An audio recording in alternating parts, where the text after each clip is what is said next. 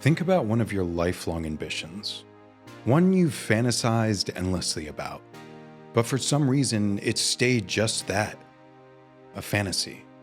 It's not because you're lazy or unmotivated, it's because of fear. Fear that slowly crept in and corrupted it. That's what Cyberpunk Edgerunners is really about, how fear can show up and hurt the person you love, kill the dream you cherish, and take the life you always wanted. Night City, a place where power matters more than anything, and money is what gives you the right to breathe. The divide between classes is seen in every corner, with no question about who belongs where. At the top are the ones who run Araska, the company practically ruling over the city, doing everything they can to maintain the gap between themselves and the rest of the world. Meanwhile, below their feet, people are resigned to addiction, giving up hope of changing anything. They're just holding on to survive, being bled for every penny, subscriptions on every corner. You'll own nothing and be happy, they say. This is the reality that David and his mom found themselves in. They were barely scraping by. His mom did everything she could to keep them alive, yet somehow still managed to send David to school. It was her dream for him to rise the ranks, to climb to the top of Araska Tower, escaping the broken world they were trapped in. She saw Araska Academy as his way out, so she made sure to earn enough money for him to be a student. And David loved his mom. He saw everything she did for him. But deep down, he knew he'd never belong in that place. It was an elite school, filled with money, pride, and privilege, and the students made sure that David never forgot that. They used their purchase power to put him in his place. It never mattered how good his grades were, only the family he came from, and his wasn't worthy. The weight of his mom's dream was more than he should have ever had to carry, because at some point, it was all gonna come crashing down. As they were driving home, David looked toward the car in the lane next to them. The window was down, and a gun was drawn. They froze as bullets flew through their windows. David and his mom caught in the middle between two cars shooting at each other. The gunfire stopped, but only as a burning car came barreling towards them. David opened his eyes. Trapped in a flipped car, flames growing all around him. Through the shattered windshield, he saw her, laid out on the ground ahead of him. As the trauma team arrived, David screamed from the car, thinking they were saved, but he wasn't even acknowledged. They scanned his mom, then moved on. It didn't matter how badly she was hurt. She wasn't a client. Trauma team was only here for the ones that paid, and everyone else left for the cleanup crew. He sat in the emergency room, relieved after being told that she'll make it. But the very next day, she was gone. And the reason? There was only so much the doctors could do under the basic package. It's apparent that the right to live is placed in how much money you're able to spend, even down to death and burial. Now he was alone in a city that had never cared about him, face to face with his own weakness. In the blink of an eye, everything was taken from him, leaving a burning pain where it once was. Once David got home, he started sorting through his mom's things. He found a bank account with more money than he expected, but he also found something else. Taped inside her paramedic jacket was a Sandevistan, chrome. Cyberware people installed into their bodies to push them beyond human limits. And this Sandy in particular was military grade. This was something she shouldn't have had, but it gave him more hope than the extra cash ever could. It gave him the resolve to know what to do, a lens to focus his pain. This was his first shot at some power, his first chance to fight back.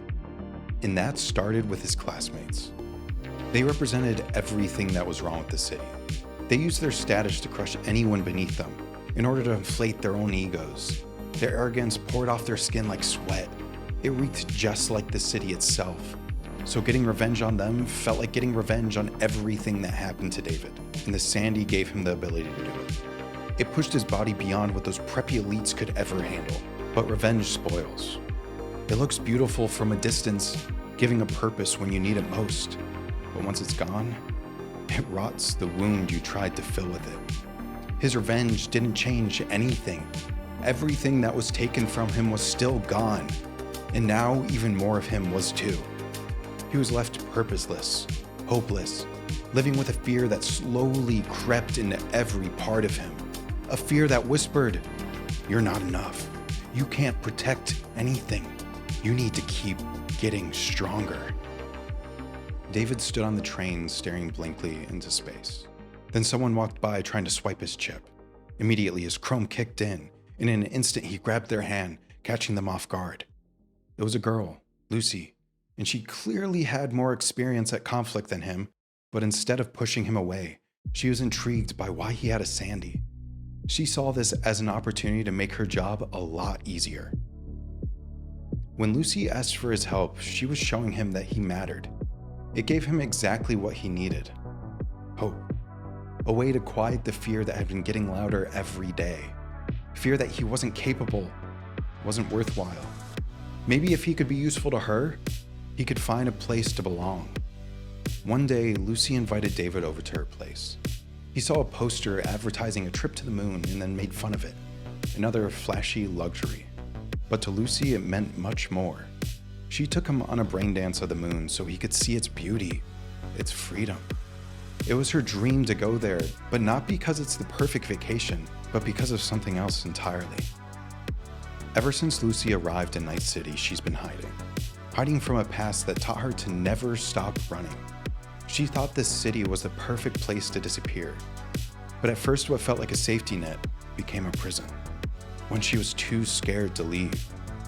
To Lucy, the moon didn't just provide a way out, it was an escape from the fear that torments her, fear that causes her to keep shutting people out and putting up walls. After the brain dance, Lucy's crew showed up and gave David a chance. They were Edgerunners, cyberpunks, people who refused to be pushed around but carved out their own place in Night City. They lived here on their own terms. With them, David found what he lost: a family. People who cared for him, people worth fighting for. He was finally taking back what the city stole from him. And this time, he wouldn't let it go. But a thought was planted deep inside of him, a belief that anything could be taken at any moment unless you have the power to stop it. He learned that Chrome is how you get that power. But this is just giving in to the fear, listening to its whisper, not facing it, and that only gives it more control. Strengthening the little voice behind your ear, saying that you'll never be enough, creating an endless drive to install more and more Chrome. Everybody has a limit though, and beyond it is cyberpsychosis. When your body becomes more Chrome than flesh, your mind will start to break. No one can outrun it forever, no matter how strong you might be.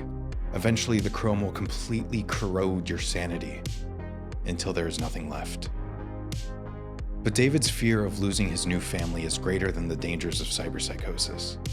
So it was never really going to stop him. He kept pushing forward, getting stronger, well past what anyone should ever do. It became an addiction. It gave him control, gave him comfort. However, it was just an illusion.